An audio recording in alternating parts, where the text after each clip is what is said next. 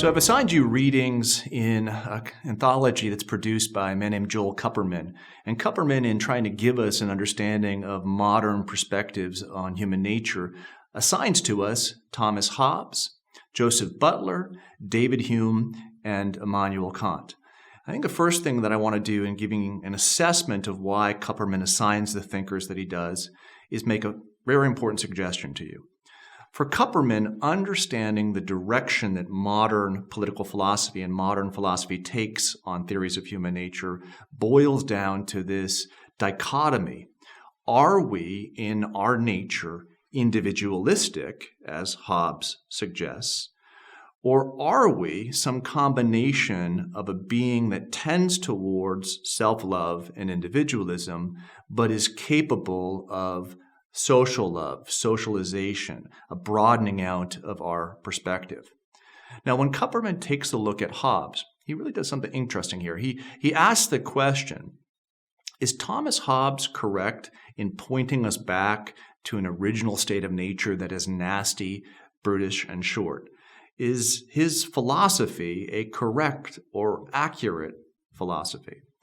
Where I would depart with Kupperman on this account is on the question of whether or not Hobbes is trying to get to the truth of the matter, or he's trying to project a truth upon us. If he's able to suggest to us that the core of our being is our desire for self-preservation, he's then going to be able to suggest to us a vision of society, a vision of civil government. This movement away from Christianity, this movement away from ancient philosophy, and the movement towards the embrace of the modern state and the peace that the modern state promises to all human beings if we follow its edicts.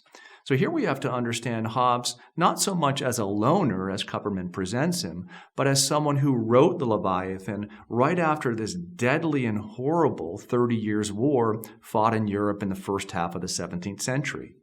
Hobbes had seen a lot of death, and he'd recognized that if you build a society upon religion and you build a society upon your basis of how you ought to worship God, you open that society up to religious warfare. So why don't you build, instead of on a high and mighty ground, build on a solid and stable ground, that stable ground of human self-preservation. So I think that's an important distinction between how I would present Hobbes and how Hobbes is presented in part by Kupperman in this text. Kupperman's inclusion of Joseph Butler and David Hume, I think, is helpful. Why? Well, he shows that you have two different thinkers here. You have Butler, the theologian, the pastor, and you have Hume, anything but a religious type. But both agree that we can make our way as moderns toward a moral conception of the world.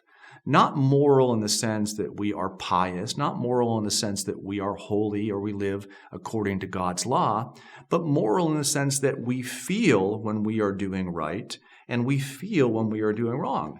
Here, note what Butler has told us. We have this conscience that tells us when we're doing something wrong. We have this sense of shame that tells us when we're doing something wrong. Butler says God gave us that. God placed that within our soul, and that's why we act the way that we do, and that allows us to be moral.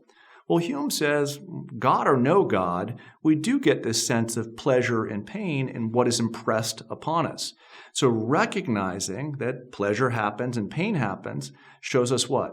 That we're capable of moving towards conceptions of virtue and conceptions of vice based upon the impression that's left upon us.